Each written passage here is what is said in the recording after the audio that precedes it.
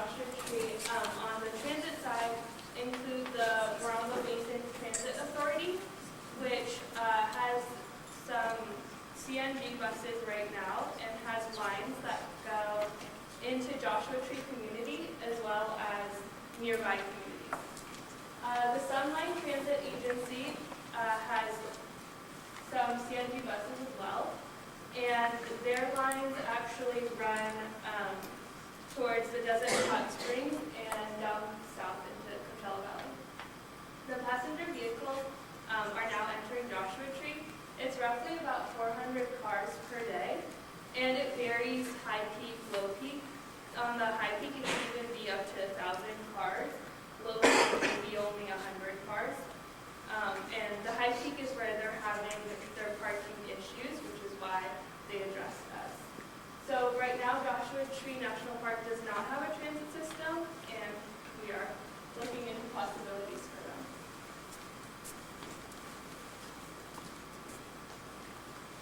So the first transit technology that we looked at were diesel shuttles.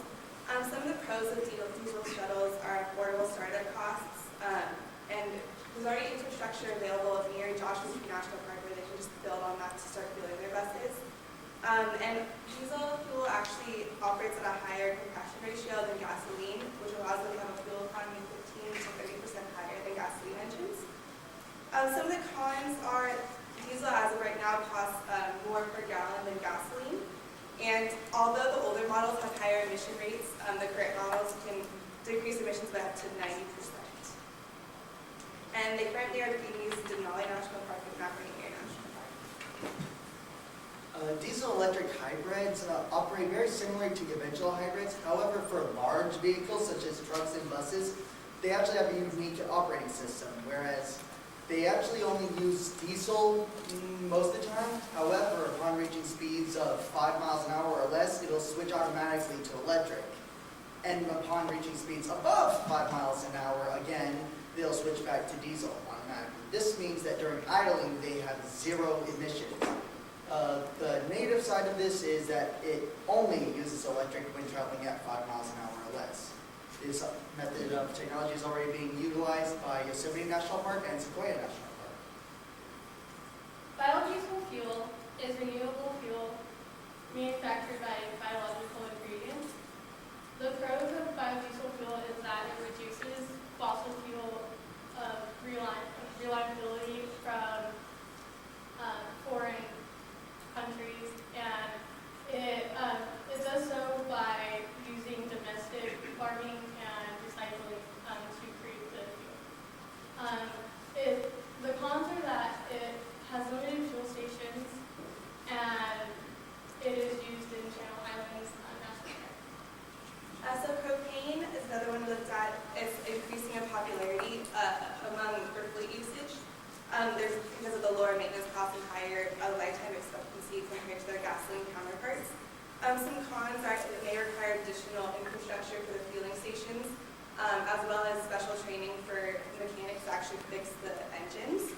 Currently, Zion National Park is using this system, and since implementation in 2000, they've been able to decrease carbon dioxide emissions by 5 million pounds per year, reduce carbon monoxide emissions by 46%, and VOC emissions by 44%.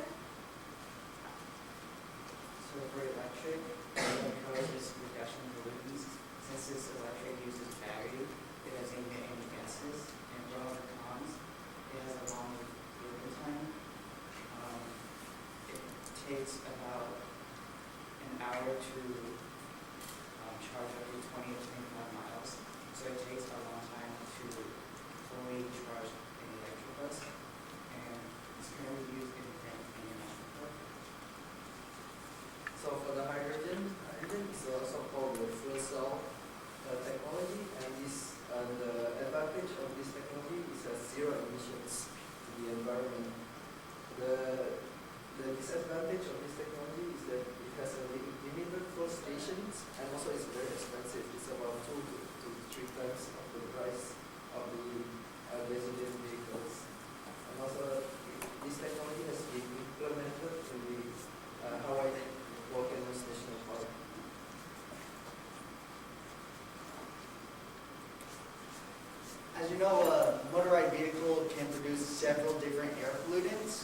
We decided to focus primarily on these, being carbon dioxide, carbon monoxide, sulfur oxides, nitric oxides, volatile organic compounds, particulate matter, and then some ozone and smog elements. We decided to focus on these as they were the most common outputs for air pollutants emitted by vehicles. Not to mention that they were also common outputs in many of our models for air quality reports.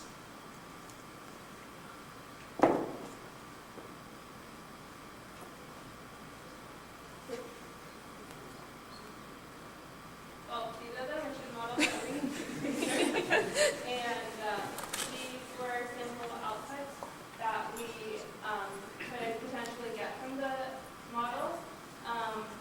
Some of them were from the EPA site, and CMEN was also used, which is a comprehensive model, and the impact model was from the California Air Resources Board.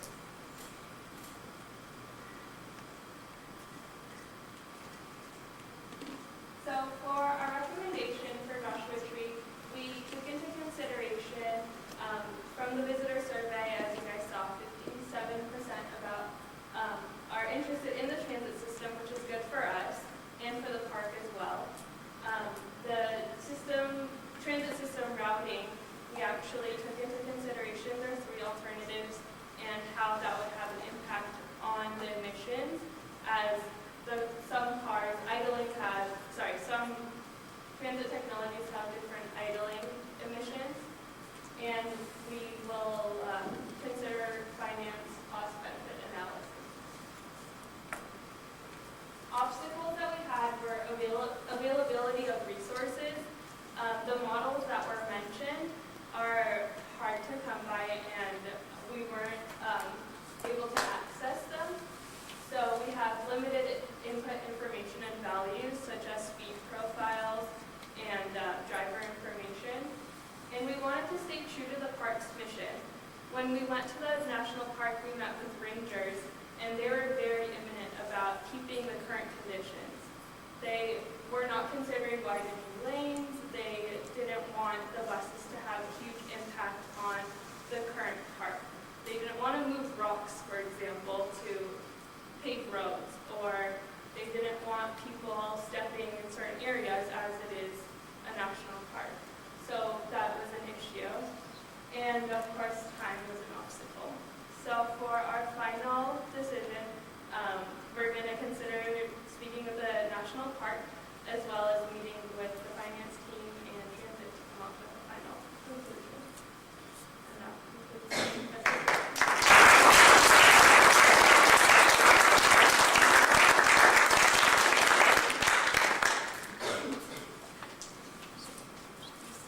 So sustainability is a very new topic these days, but it's very important too, because transportation is about moving people and moving goods from point A to point B. It's not about how many cars we can get in on that. But at the same time, we want to have a clean environment so that it can last for a long time. So it's a good topic. Like you said, there's not that much data out there, so it's pretty tough to get information. In the beginning, you had different types of fuels systems, and you had the different parks that were using it. Did you contact the parks and ask them what the pros and cons were? No, we actually looked on their websites for information about that, or transit studies that have been done, and it seemed like everyone was very happy with what they have, especially Zion and Yosemite. We're really happy with that. Hawaii Volcanoes was using their technology very well. As you looked at these different transit technologies, did you look at all at the infrastructure needed to support these, from fueling to maintenance to operation? A bit, but there's another team that will present on infrastructure. I should look at that. So why is electric only operates when traveling 5 miles per hour? The hybrid? That's for the hybrids. These are- Exclusively, it's just a built-in feature on pretty much all of the diesel-electric hybrid launch vehicles. I'm not entirely sure why, but I believe it's generally for intercity travel, for where they're making frequent stops, such as conventional buses to pick up people where they'll stop every 2 blocks. I'm not entirely sure if they'd be completely accurate for longer Yeah. travel distances, such as the being. I would think it would be a pro. I think you have mentioned it before, when the vehicle stops, there's no engine running, right? It's all electric, so that's a pro, not a con. And as you're coming into the stops, you have less emission being fluided out where the people are waiting for a ride. You guys talked about air quality. Do you consider noise as far as the different types of technology and what the noise impact would be from the vehicle? Actually, we do not. We can look into that. Something to think about. Yeah. Talking about sustainability, you guys have been doing such a fantastic job, and then what if it attracts more visitors? Would that be sustainable, and would that be how to take that into account? Well, when we spoke with the rangers at the national park, they were expecting more visitors than they have. They were expecting, I think, a third more, if I remember. And obviously having the internal transit system would help them immediately due to parking. That would alleviate having a transit system. And hopefully we'll have enough shuttles and buses to accommodate for the ridership. Yeah, but my point is that with more visitors, then we introduce more waste and more other possible issues that cannot be handled. Would that be an issue, and have you guys thought about that? No, we considered ridership that's increasing.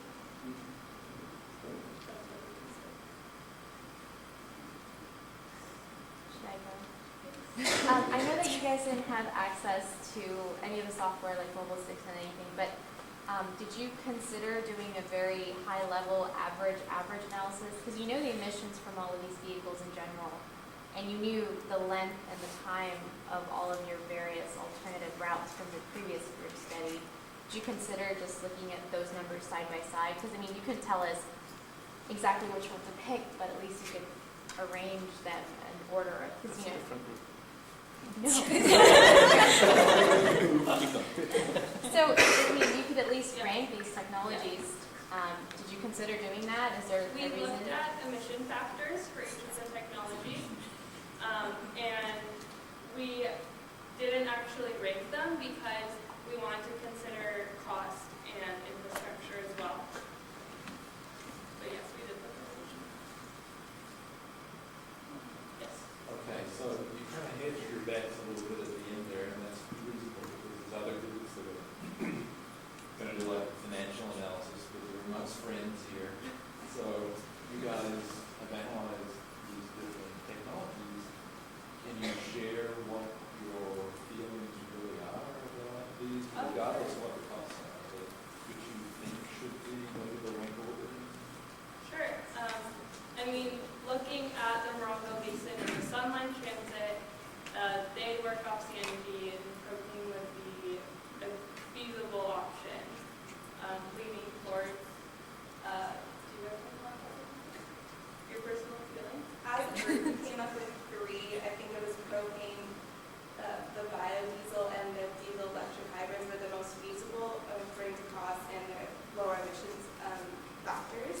Obviously, electric and the hydrogen especially the infrastructure needed to fuel that kind of transit technology would be a lot less feasible. So as a group, we decided that those 3 would probably be the most feasible. But you said Sunline had CNG, right? They already have Yeah. some of that infrastructure and from the Right, maintenance. so that would be Yeah. easier. So they're actually operating at fuel cell buses, hydrogen buses at Hawaii Volcano National Park. That's what we saw online. I don't know what it is. Why don't you- I haven't actually been there. Yeah, where do they buy it? The volcano. Yeah. Just plug into the volcano, fill up the volcano. Yeah, and Channel Island actually uses the biodiesel for their water taxis, their water run shuttles.